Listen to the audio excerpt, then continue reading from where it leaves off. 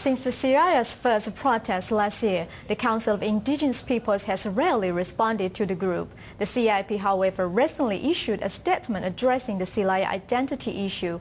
After the group demonstrated June 24th, the CIP said the Siraya attempt to force the Taiwanese government to recognize the indigenous identity is like a beggar driving an abbot away from his temple.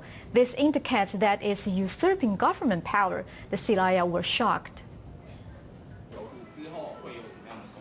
On June 24, the CIP held the first conference to address the Siraya, following the commencement of the group's protest. The conference started with a lecture explaining that the spirit of the Indigenous Status Act is to ensure the rights of the indigenous.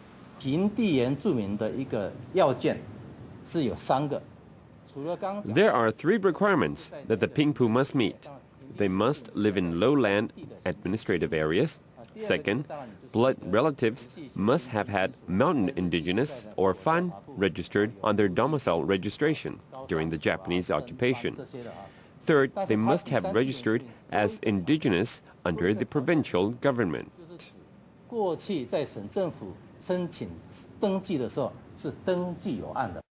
The CIP emphasized that the Council always follows administrative procedures in handling disputes, yet the former minister of the CIP disagrees.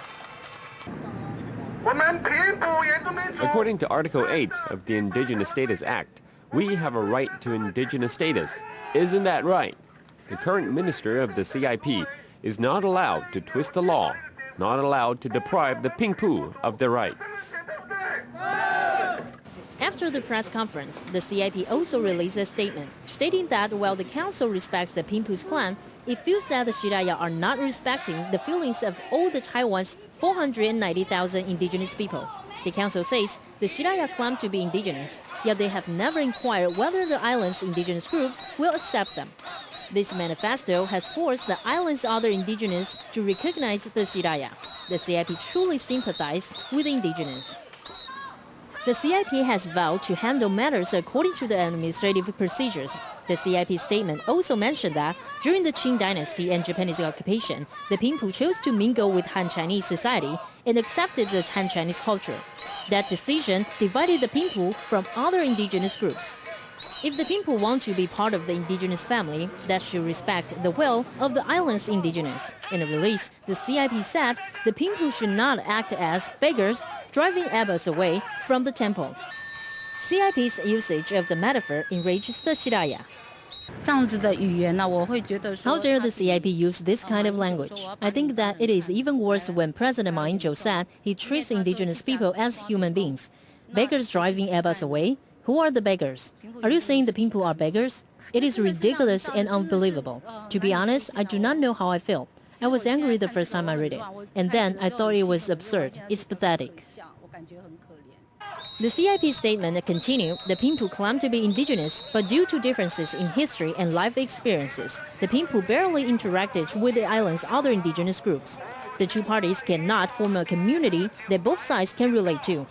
In addition, the CIP criticized the Pingpu for not fighting alongside the indigenous against Han Chinese society. If he's talking about the incidents which happened within the urban indigenous communities or the gas fire, I was there. I participated. But was Minister Zhang Renxiang there with the indigenous? The case is currently undergoing internal review by the Executive Yuan. The CIP, however, has made it clear that it will follow administrative procedures and that it serves the rights of all the island's 490,000 indigenous people.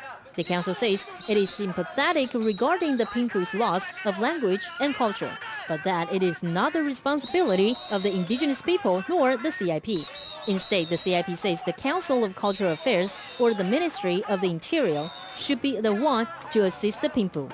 After the statement, the Siraya say they will petition the Control Yuan. TITV Weekly.